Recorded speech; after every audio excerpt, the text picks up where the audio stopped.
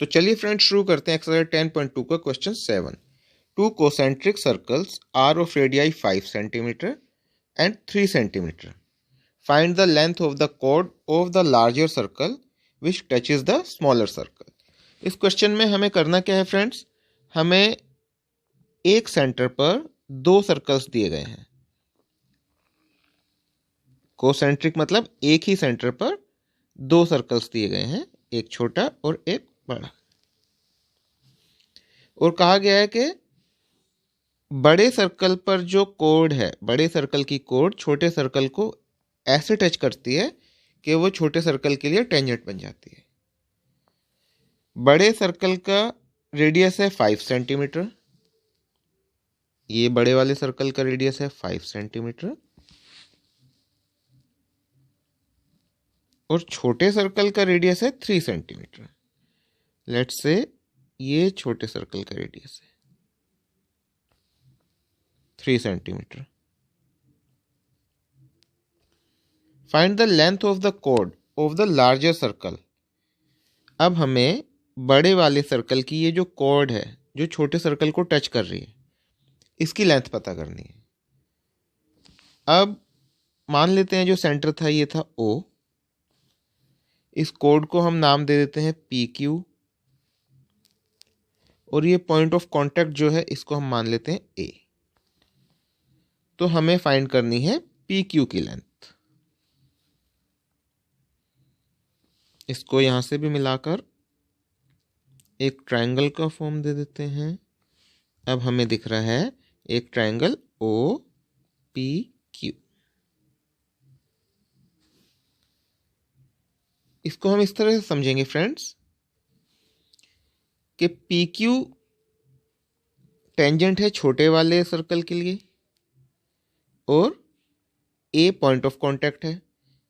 तो OA, ये OA PQ पर परपेंडिकुलर होगा।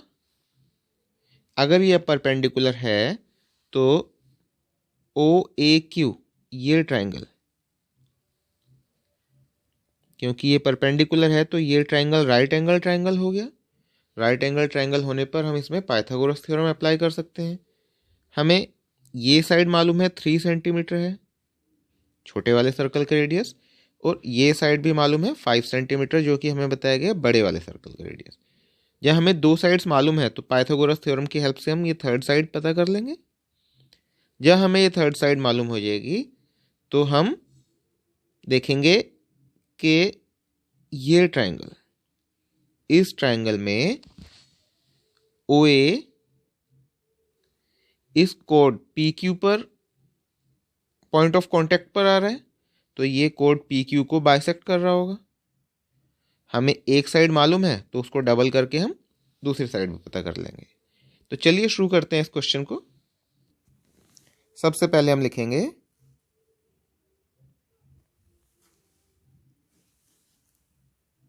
Let the two concentric circle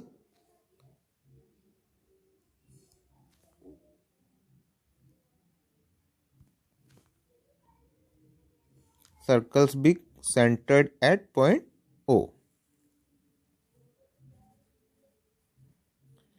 Circles be centered at point O.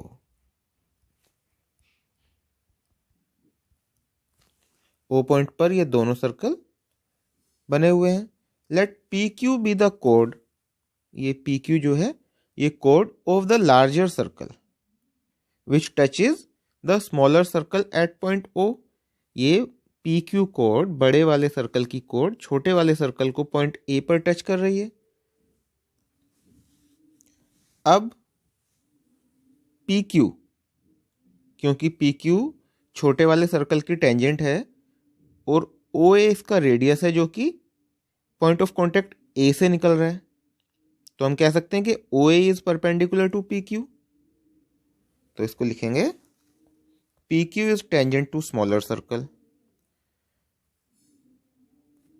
Because PQ is tangent to smaller circle.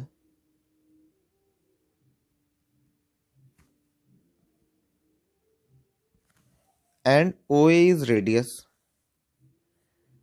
and OA is radius to smaller circle, radius of smaller circle. तो इससे हमें क्या नजर आ रहा है? इससे हमें नजर आ रहा है कि OA is perpendicular to PQ.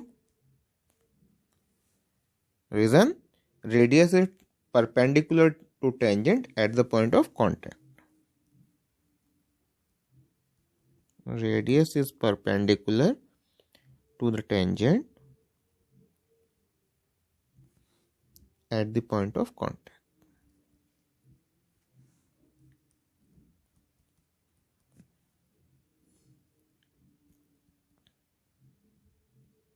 अब इस ट्रायंगल में OAQ में, क्योंकि OA is perpendicular to PQ है, तो ये एंगल 90 डिग्री हो गया। इस एंगल के 90 डिग्री होने से ट्रायंगल OAQ एक राइट एंगल ट्रायंगल हो गया।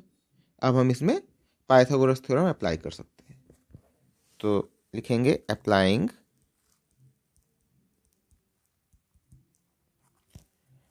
पाइथागोरस थ्योरम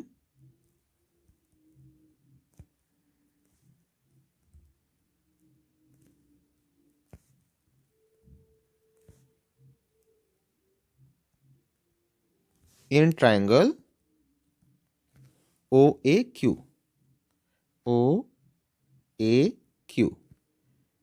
We get, क्या मिलेगा फ्रेंड्स हमें? पाइथागोरस थ्योरम में hypotenuse square is equal to base square plus perpendicular square होता है। तो हमें मिलेगा OQ square equal to AO square plus AQ square. तो हम इसको लिखेंगे OQ square is equal to OA square plus AQ square. Clear? अब क्योंकि हमें AQ फाइंड करना है, तो AQ को यहीं रखेंगे, OA को इधर ले जाएंगे, इधर आके माइनस हो जाएगा। हमें मिला OQ square minus OA square equal to AQ square. OQ कितना था? OQ था 5 और OA था 3।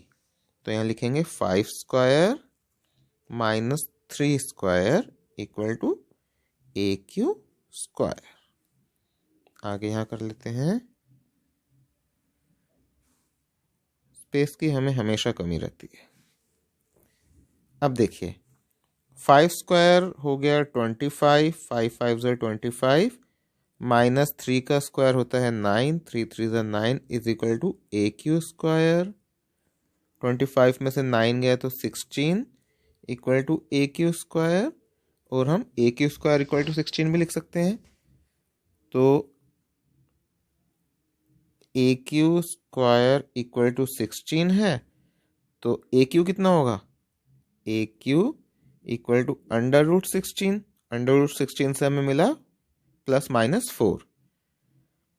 AQ equal to plus minus 4। अब क्योंकि ये एक साइड है, AQ एक साइड है, तो ये माइनस में तो होगी नहीं, तो AQ क्या होगा? AQ होगा 4। AQ इक्वल टू 4, ये हमें मिल गया 4 सेंटीमीटर।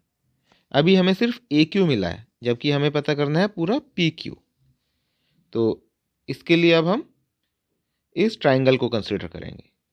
तो उससे पहले हम इसको थोड़ा इरेज कर लेते हैं ताकि स्पेस मिल जाए। अब AQ हमें मिल गया 4 centimetre. AQ equal to 4 centimetre.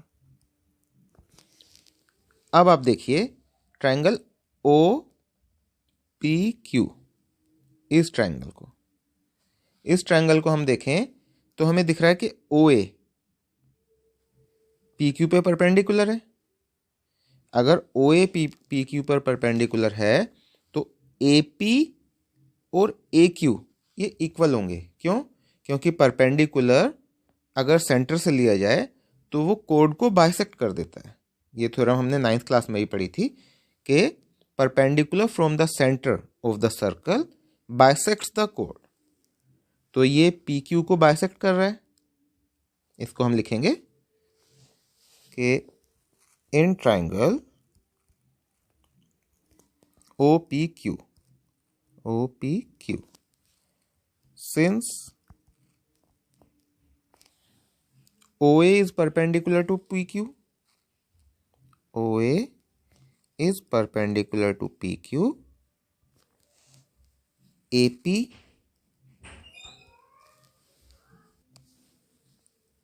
equal to AQ। Reason क्या लिखेंगे? Perpendicular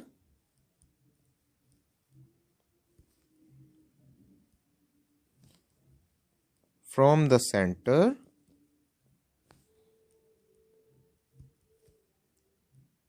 of the circle bisects the chord, bisects the chord। तो इस कोड को ये बाइसेक्ट कर रहा है। Therefore P Q is equal to क्या होगा? अच्छा, इसको अभी छोड़ते हैं। अब हम देखें कि पी क्यू क्या है। पी क्यू है P A plus A Q. P Q is equal to P A plus A Q. अब पी ए या ए पी और ए क्यू इक्वल है, तो मैं पी ए की जगह ए क्यू लिख सकता हूं। लिख सकते हैं ना? तो हम लिख देते हैं p Q equal to a q plus A q. क्यों? बिकॉज पी ए या ए p equal to a q. ये हमने ऊपर यहां प्रूव किया है। तो p Q equal to a q plus A q और p Q equal to two a q. A q की वैल्यू क्या आई थी? ए क्यू आया था 4 सेंटीमीटर। तो हमें लिखेंगे P Q equal to 2 into 4 equal to 8 centimetre. तो हमें क्या मिला? Therefore